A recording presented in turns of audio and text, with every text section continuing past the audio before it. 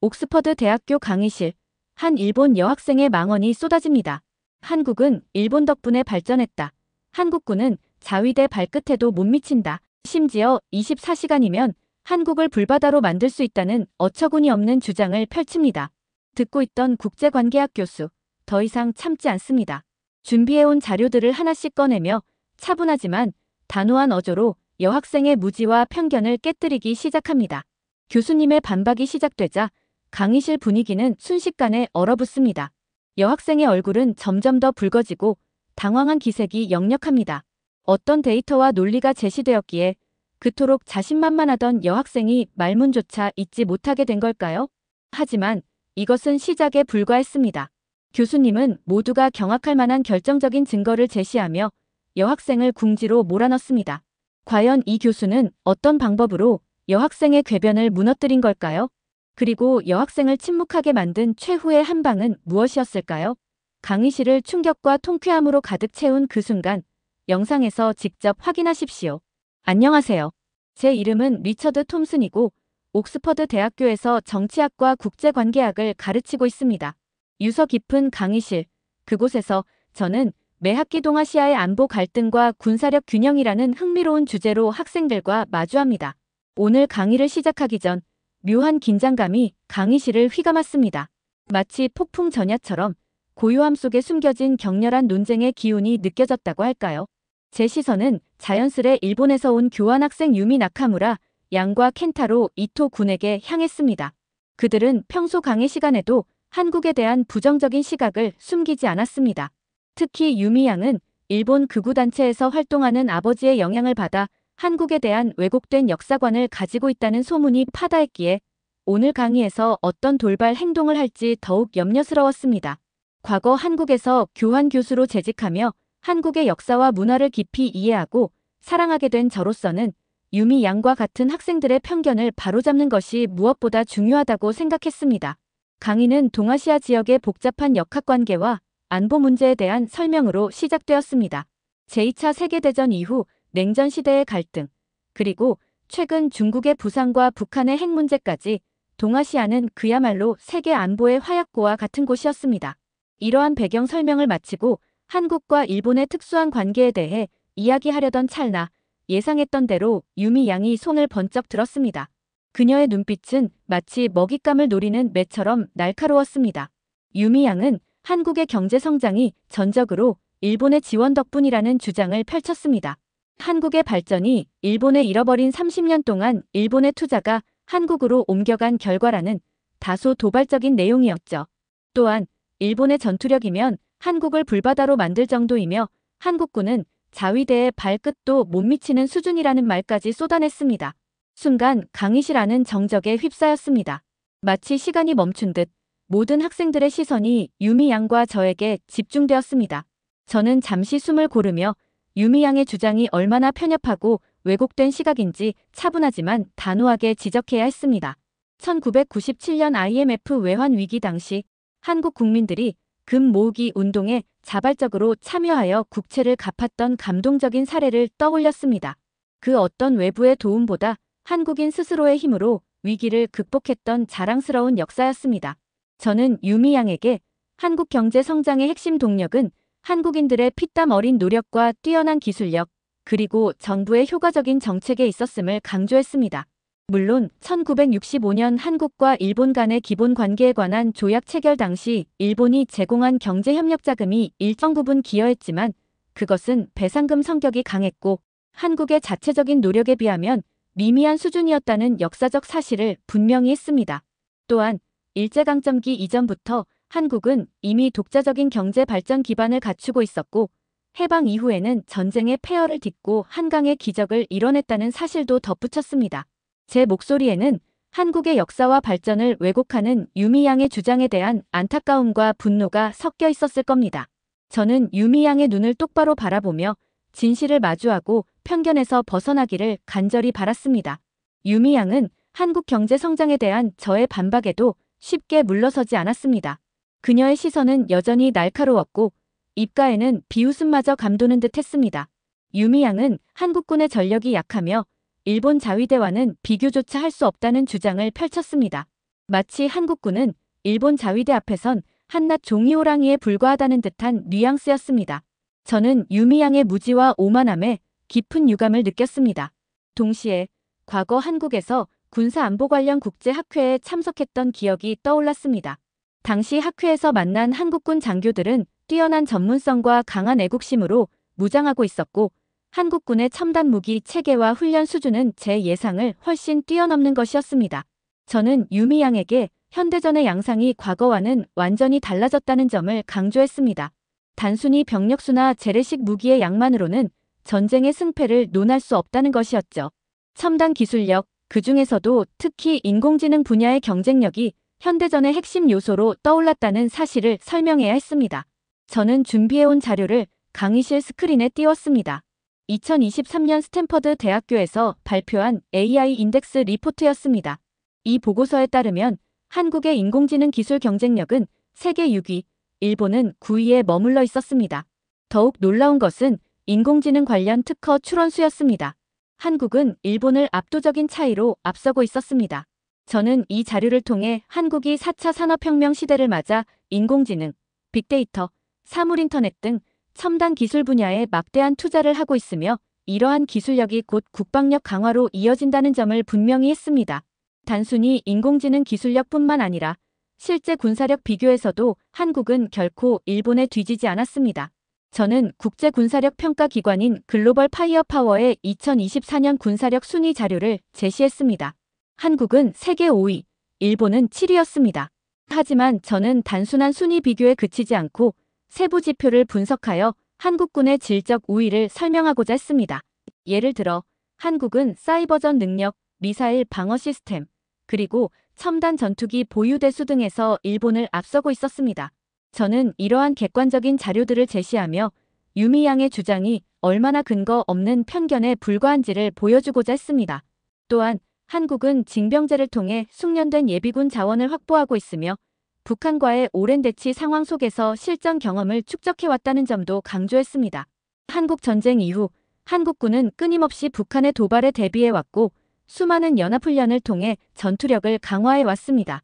특히 최근에는 미국의 최첨단 무기 도입과 더불어 자체적인 기술 개발에도 박차를 가하며 동북아시아 지역의 안보 균형을 유지하는 데 핵심적인 역할을 수행하고 있었습니다. 저는 유미양이 이러한 현실을 직시하고 한국군에 대한 잘못된 인식을 바로잡기를 바랐습니다. 강의실 안은 숨막힐 듯한 정적에 휩싸였습니다. 유미양은 더 이상 반박하지 못하고 고개를 숙였습니다. 그녀의 얼굴은 당혹감과 부끄러움으로 붉게 상기되어 있었습니다. 저는 유미양이 자신의 무지를 깨닫고 한국의 발전과 국방력을 객관적으로 바라보게 되기를 진심으로 희망했습니다. 이번 강의를 통해 유미양뿐만 아니라 다른 학생들도 동아시아의 안보 현실에 대한 균형 잡힌 시각을 갖게 되기를 기대했습니다. 유미양이 한국군의 전력에 대한 편견을 어느 정도 해소한 듯 보이자 이번에는 켄타로 군이 나섰습니다. 그는 강의 내내 불편한 기색을 감추지 못하더니 결국 독도 문제를 꺼내 들었습니다. 독도가 역사적으로나 국제법적으로나 일본 땅이라는 주장이었습니다. 저는 켄타로 군의 도발에 깊은 한숨을 내쉬었습니다. 독도 문제는 이미 수많은 역사적 사료와 국제법적 근거를 통해 대한민국 영토임이 명백하게 밝혀진 사안이었기 때문입니다. 켄타로 군의 주장은 마치 평평한 지구를 믿는 사람들의 궤변처럼 논리적으로나 상식적으로나 받아들이기 힘든 것이었습니다. 저는 켄타로 군에게 독도에 대한 역사적 진실을 차분하게 설명하기 시작했습니다. 신라시대 지증왕 13년 512년 이사부가 우상국을 복속시킨 역사적 사실을 언급했습니다. 이는 한국이 독도를 실효적으로 지배해온 가장 오래된 기록 중 하나였습니다. 이어 조선시대 세종실록지리지, 신증동 국여지승남, 만기요람 등 수많은 역사적 문헌과 1785년 일본에서 제작된 삼국접양지도와 같은 고지도가 독도가 한국 영토임을 명확하게 보여주고 있다는 사실을 강조했습니다. 특히 삼국접양지도는 일본 스스로 독도를 조선의 영토로 인정한 중요한 증거였습니다. 반면 일본이 독도 영유권을 주장하는 근거는 1905년 러일전쟁 중에 독도를 불법적으로 시마네현에 편입한 것이 전부였습니다. 저는 1905년 일본의 시마네현 고시 제40호가 국제법상 무효라는 점을 분명히 했습니다. 당시 대한제국은 일본의 강압에 의해 외교권을 박탈당한 상태였고 독도 편입은 대한제국의 동의 없이 이루어진 명백한 주권 침해 행위였습니다. 또한 1900년 대한제국 칙령 제41호에서 독도를 울릉도의 부속섬으로 명시한 사실을 언급하며 일본의 주장이 얼마나 허황된 것인지 강조했습니다. 저는 켄타로 군에게 1951년 샌프란시스코 강화조약에 대해서도 설명했습니다. 이 조약은 제2차 세계대전 이후 일본의 영토를 확정하는 중요한 국제조약이었습니다. 샌프란시스코 강화조약 제2조 어항에는 일본이 한국의 독립을 인정하면서 제주도, 거문도, 울릉도를 포함한 모든 섬에 대한 권리를 포기한다고 명시되어 있었습니다. 저는 이 조항이 독도가 한국 영토임을 국제적으로 확인한 것이라고 강조했습니다. 독도는 울릉도에 부속된 섬이므로 당연히 샌프란시스코 강화조약의 적용 대상이 된다는 것이었습니다. 저는 켄타로 군에게 독도 문제에 대해 더 깊이 공부하고 객관적인 시각을 갖기를 촉구했습니다. 저는 켄타로 군을 잠시 응시하며 독도 문제에 대한 저의 개인적인 경험을 덧붙였습니다. 과거 독도를 직접 방문했던 기억이었습니다. 맑고 푸른 동해, 바다 위에 우뚝 솟은 독도의 모습은 그 자체로 감동이었습니다. 독도 경비대원들의 늠름한 모습과 독도 주변에서 조업하는 어민들의 활기찬 모습은 독도가 명백한 대한민국의 영토임을 온몸으로 증명하고 있었습니다. 저는 독도 방문 당시 느꼈던 벅찬 감동과 애국심을 학생들에게 생생하게 전달하고 싶었습니다. 독도는 단순한 섬이 아니라 한국인의 자긍심과 역사가 깃든 소중한 영토라는 사실을 말입니다. 이때 강의실 뒤편에 앉아있던 한국인 학생 수연 양이 조심스럽게 손을 들었습니다. 저는 수연 양에게 발언 기회를 주었고 그녀는 차분하고 논리적인 어조로 독도 문제에 대한 국제법적 근거를 제시하기 시작했습니다.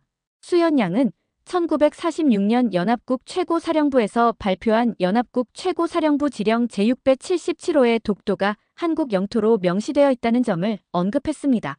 또한 국제사법재판소가 영토 분쟁에서 실효적 지배를 가장 중요한 기준으로 삼고 있다는 점을 강조하며 한국은 독도에 경비대를 상주시키고 등대를 설치하고 주민이 거주하는 등 오랫동안 실효적 지배를 지속해왔음을 설명했습니다. 수연 양의 발언이 끝나자 또 다른 한국인 학생 준영 군이 이어서 발언을 요청했습니다. 저는 준영 군에게도 발언 기회를 주었습니다. 준영 군은 한국군의 전력, 특히 해군력을 중심으로 켄타로 군의 주장을 반박하기 시작했습니다. 그는 켄타로 군이 여전히 일본 해상자위대가 아시아 최강이라는 환상에 젖어 있다는 것을 간파한 듯 한국 해군의 첨단 무기 체계와 훈련 수준을 구체적인 사례를 들어 설명했습니다. 준영 군은 먼저 한국 해군이 단순한 연안 해군이 아니라 대양 해군으로 성장하기 위해 오랫동안 노력해왔음을 강조했습니다. 그 결과 현재 한국 해군은 세계 최고 수준의 전력을 보유하게 되었다는 것이었습니다. 그는 한국 해군의 핵심 전력인 세종대왕급 이지스 구축함을 예로 들었습니다. 세종대왕함은 미국의 이지스 시스템을 기반으로 개발되었지만 한국의 독자적인 기술력이 더해져 더욱 강력한 성능을 자랑한다고 설명했습니다. 세종대왕함에 탑재된 ANSP와 E1DV 레이더는 1000km 밖의 탄도 미사일을 탐지하고 추적할 수 있으며 SM-2, SM-6 함대공 미사일, 해성 대함 미사일, 현무3 순항 미사일 등 다양한 무장을 통해 광범위한 해역에서 작전을 수행할 수 있다고 덧붙였습니다. 또한 준영군은 한국 해군이 세종대왕급 이지스 구축함 외에도 총 6척의 이지스함을 보유하고 있다는 사실을 강조했습니다. 이는 일본 해상자위대의 이지스함 보유 대수와 비슷하거나 오히려 더 많은 수치였습니다. 그는 한국 해군이 양적인 측면뿐만 아니라 질적인 측면에서도 일본 해상자위대에 결코 뒤지지 않으며 오히려 일부 전력에서는 우위를 점하고 있다고 주장했습니다. 이어 준영군은 한국 해군의 잠수함 전력에 대해서도 상세히 설명했습니다. 한국 해군은 214급 잠수함 9척을 운용하고 있으며 이 잠수함들은 독일의 기술을 기반으로 건조되었지만 한국의 독자적인 기술력이 더해져 더욱 뛰어난 성능을 자랑한다고 했습니다. 특히 214급 잠수함은 공기를 사용하지 않고도 추진할 수 있는 체계, 즉 공기 분류 추진 체계를 통해 장기간 잠항이 가능하며 이는 잠수함의 생존성과 작전 능력을 획기적으로 향상시키는 핵심 기술이라고 강조했습니다. 더욱 놀라운 것은 한국 해군의 214급 잠수함이 잠수함에서 발사하는 탄도미사일, 즉 SLBM 발사 능력을 갖추고 있다는 사실이었습니다. SLBM은 잠수함에서 발사되어 적의 전략 목표물을 타격할 수 있는 전략 무기로 핵 억제력의 핵심 요소 중 하나입니다. 마지막으로 준영군은 한국 해군과 해병대의 실전 경험과 훈련 수준을 강조했습니다. 한국 해군과 해병대는 매년 수많은 연합훈련과 독자훈련을 통해 실전 감각을 유지하고 있으며 특히 북한과의 대치 상황 속에서 항상 긴장감을 늦추지 않고 전투 준비 태세를 갖추고 있다고 설명했습니다. 저는 한국 학생들의 논리적인 설명과 자신감 있는 태도를 보며 켄타로 군의 표정을 살폈습니다. 켄타로 군은 처음에는 불쾌한 기색을 감추지 못했지만 한국 학생들의 구체적이고 전문적인 설명이 이어지자 점차 강황하는 기색을 보였습니다. 그는 더 이상 아무런 반박도 하지 못하고 침묵을 지켰습니다. 저는 한국 학생들의 발언이 켄타로 군의 편견을 깨는데 큰 역할을 했다고 생각했습니다. 켄타로 군과 유미 양은 한국 학생들의 논리 정연한 반박과 제가 제시한 구체적인 자료들 앞에서 더 이상 제대로 된 대응을 하지 못했습니다. 그들의 표정에는 당혹감, 부끄러움, 그리고 약간의 혼란스러움이 뒤섞여 있었습니다. 강의실은 무거운 침묵에 잠겼습니다. 저는 이 침묵이 단순한 패배의 인정이 아니라 새로운 깨달음으로 이어지는 성찰의 시간이 되기를 바랐습니다. 저는 켄타로 군과 유미 양에게 역사 왜곡과 현실 부정은 결국 자신에게도 양국 관계에도 도움이 되지 않는다는 점을 다시 한번 상기시켰습니다. 한국과 일본은 과거의 아픔을 극복하고 미래지향적인 관계를 맺어야 하며 그러기 위해서는 서로를 존중하고 이해하려는 노력이 필수적이라는 점을 강조했습니다. 저는 그들에게 객관적인 자료와 사실에 근거하여 상대방의 주장을 경청하고 합리적인 토론을 통해 이견을 좁혀나가는 것이야말로 건강한 관계를 맺는 첫걸음이라고 말했습니다. 강의가 끝난 후 학생들은 썰물처럼 강의실을 빠져나갔습니다. 하지만 유미 양과 켄타로 군은 쉽게 자리를 뜨지 못했습니다. 그들의 머릿속에는 아마도 제가 제시했던 수많은 자료와 한국 학생들의 날카로운 지적, 그리고 저의 간절한 호소가 맴돌고 있었을 것입니다. 저는 그들의 복잡한 표정을 보며 그들이 이번 강의를 통해 자신의 편견을 깨닫고 올바른 역사 인식과 국제 정세를 이해하게 되었기를 진심으로 바랐습니다. 저는 켄타로 군과 유미 양에게 다가가 가볍게 어깨를 두드리며 격려했습니다.